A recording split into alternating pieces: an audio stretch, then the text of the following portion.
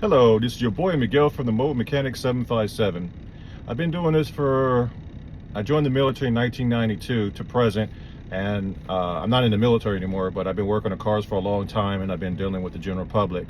Just left a young lady who wanted us to work on her Honda Sonata. The store gave her the wrong part, and she has to go get the right part because she was swearing up and down it was the right one. Come to find out, it was the wrong one, just like I said. But that wasn't the problem. She had a princess mentality. She thought that she could stand over my shoulder and micromanage me, which is not going to happen. I don't think anybody wants that, but that wasn't also the problem.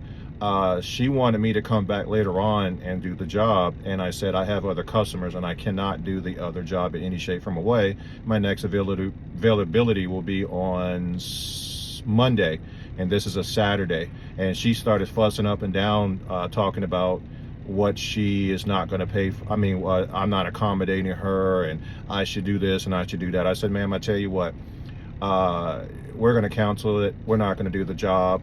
We can accommodate you.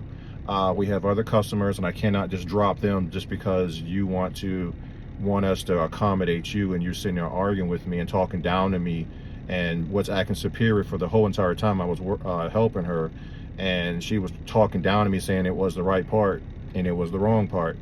My whole point of my whole entire video is I don't have to take this. I don't care how much you pay for me. Pay me whatsoever. And anybody doing any kind of industry, you're not getting paid to be put down and talked to or just belittled. Walk away from the job. You can go somewhere else with that mentality. And lo and behold, she was staying at a place, and the manager was above me saying that she had the same exact issue. Wow, interesting. If you like these videos, please like, subscribe, and share. Thank you.